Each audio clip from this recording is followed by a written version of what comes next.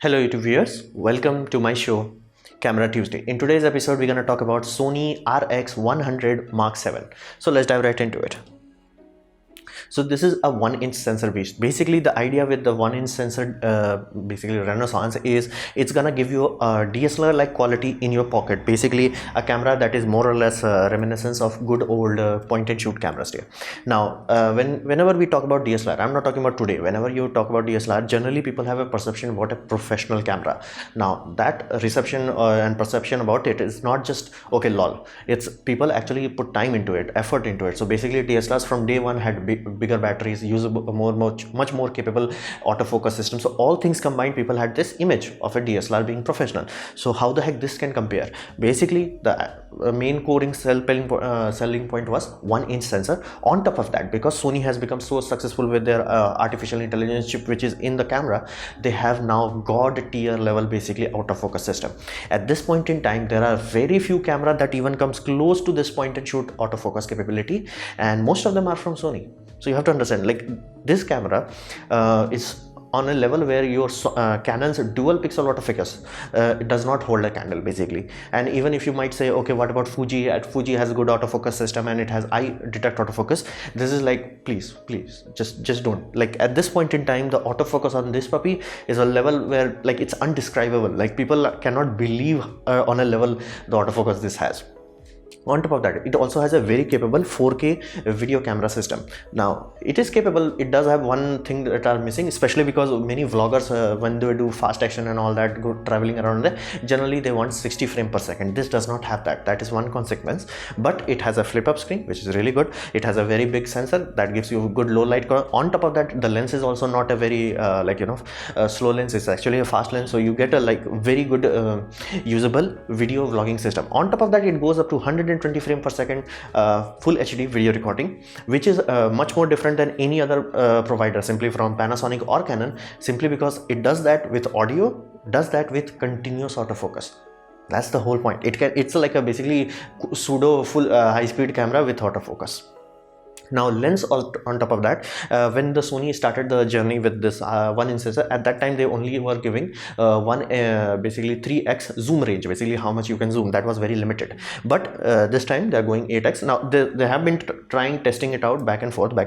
So this time they are going with basically 8x. So in terms of millimeter, full frame equivalent, it's like 24 millimeter to 200 millimeters. So it's more on a tele end, and the wide end is wide. It's basically wide, but it's not very wide. And you have to understand, when you go 4K video recording, it does a little bit of crop, not too much, but it does crop a little bit. So you have to understand, for like a face, like if you are vlogging from this close, the basically face will become talking head. You have to be understanding of that part. However, there is a consequence of making something this small is the aperture suffers drastically. So in the original one, they tried giving that, and there are many other competitors that give you f1.8. they are only able to give you f2.8, which is one stop lower on that. On top of that, it drops to f4.5. now that 4.5 may not sound very bad, but you have to understand, the moment you start zooming the lens, basically from 24 to 200, like almost instantaneously it drops to 4.5. so you have to understand, think of it in more or less as a 4.5 aperture lens, rather than thinking of 2.8, because f2.8 is only there for ultra wides. So that is one compromise they have to make, and that's a physical compromise. You can't bypass that. So why should you buy this? Like, is there a point buying it? Well, at this point in time, it's unmatched in performance. There are bare minimum 4 to 5 camera that are comparable to this, comparable in terms of, like, in paper, in specs, basically from Panasonic to Canon. None of them come even close to the performance this puppy can, specifically autofocus. And if you are thinking about buying, let's say, a cheap DSLR from be it Canon or be it from Nikon, like D3000 series or D5000 series, basically 5300 or 5400, all those, it can literally outperform all those. Not because basically they have a shittier sensor, simply because this has much more polished user interface. Basically DSLR generally becomes a paperweight very quickly, and I have like literally long list of friends who have bought DSLR, but only once in a while they take it out, simply because it's very hard and clunky to use. The optical viewfinder sounds cool, but the fact that you cannot see what is your exposure is, like what you are getting or not, electronic viewfinder flat out replaces the benefit. And on top of that, electronic viewfinder on the beginning days were really bad, like the screen used to lag, the refresh rate was not fast enough. All those problems has been sorted out. So at this point in time, optical viewfinder is more of a limitation rather than a freedom. So cheap low level DSLR, they will look cool. Like if you will have hipster point if you are carrying a big DSLR, you will have that, but this will outperform them. You have to understand, cheap one, unless you buy let's say in terms of performance and all that, even in cheaper option you can buy Sony a6400, but you have to buy a big expensive lens to match this lens performance.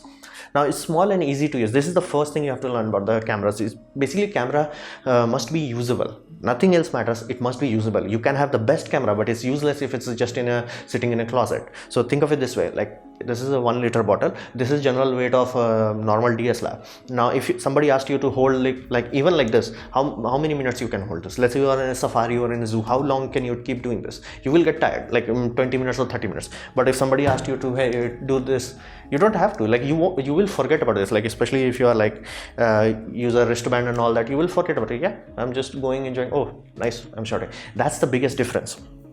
And because this was so demanded by vlogger people, they created a mic input also. So this is actually now a usable vlogging camera with you can even buy accessories from Sony itself, which is a first party thing, which controls recording start and stop, and on top of that zoom function is also controlled. So it's actually a very usable system in terms of autofocus.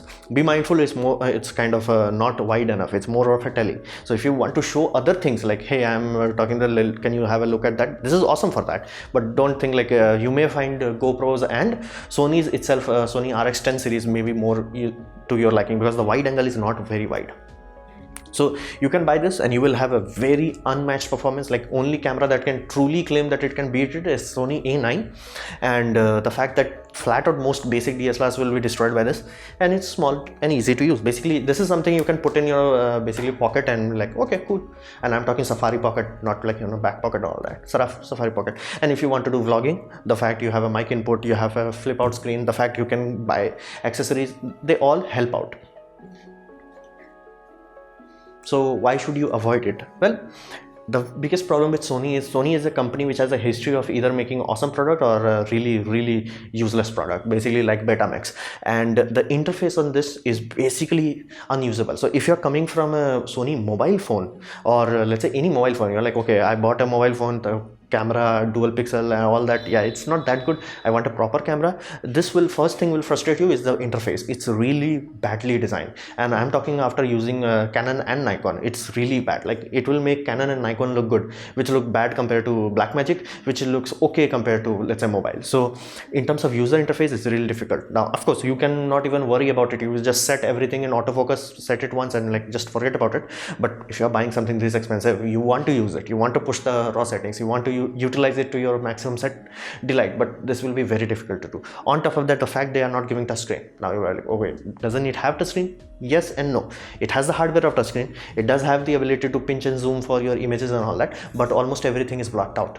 So you can't touch the basically menu and all that, you can't use the settings and all that. Basically it's, I have no idea. They have the hardware, it's just they're not talking. Basically Sony Corporation have multiple companies in that, so Sony Alpha is not talking with Sony Xperia. So Xperias are the people who divide basically supposed to come up with the interface, they're not talking to each other. That's why Sony Mobile failed, because their Sony Mobile was not getting the camera tech from Alpha series. This happens, and it's quite common with Sony. Sony will rather die than ever acknowledge something, so they will never change the interface. So that's one very frustrating thing. The interface is like, very difficult to use, and the fact that touchscreen, even though like it has like lot of menu and all that, if you can touch it, it will speed up the process. They will just not allow you, they will never allow it. So you have to understand the hardware is there, they're just like, no, we are Sony, we'll rather go bankrupt like we did in like freaking Betamax, but we'll never listen to customers. So that's one thing there. Now the battery is small, so if you are thinking about, let's say, Panasonic G85 or something like that, or Sony A6400, they will have much better battery performance compared to this one. The battery is very small, and the UHS card is still 1, basically Gen 1 card is used. That is very frustrating given the fact that it has 20 frames per second. It needs to clear its buffer, otherwise you will like yeah, I'm clearing my buffer. That's the problem, because if you have such a fast camera, it even does that super burst which is like 90 frames per second. But here's the deal, it takes like freaking 8 to 9 seconds to clear the buffer. So you can't be like spray and pray, which if you are buying something like this and want to do sports, you will do spray and pray at the beginning. So the fact that this is a slow link, this is really frustrating. And the fact that they learned that in Sony A7 R Mark IV, they learned that you have to have UHS 2. I have no idea why they did that. Now battery, I don't complain too much because it is small. They want it keeping it small. So UHS 2, they could have done that, and because it is such a fast camera, it needs it. Like it needs it. It has to have the ability to clear the buffer. And it does not have USB-C, but this is a chicken and egg situation, because that port that they have, it's also multi-interface port. That's how their remote and all that works. So that is why they can't change the port. So that's kind of an issue. But on top of that, the biggest thing that you will worry about this is the cost. It is a significant amount of investment, more than $1,000. Can you buy a better camera than this in terms of autofocus? Yes, A6400. Can you buy a camera with much more ability with the video? You can buy Panasonic G85. However, you have to understand, Panasonic does not have an autofocus that matches to this. However, Panasonic will beat this simply because it has a bigger sensor and better image stabilization in certain areas. So if you are not moving too much and autofocus is good enough for Panasonic will be a better choice, but it will not be pocketable. At this point in time, there is no camera that is even coming close to competing this, including Panasonic other 1-inch sensor systems and Canon systems. They are just not good enough, because Sony is at 7th generation, and in terms of eye autofocus, they are at like 5th or 6th generation technology. They reached a point where their autofocus is on next year. Like people are showing, I'm taking a photo of statue and it's like it's detecting the eye. I'm taking an animal photo, it's detecting the eye. I'm taking a bird photo, it's detecting the eye. So you have to understand that Sony is on a different level at this point.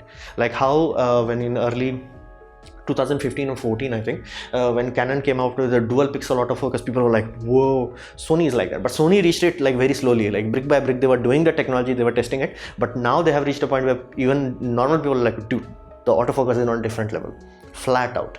So there is no way I can suggest, hey, buy Panasonic or buy Canon.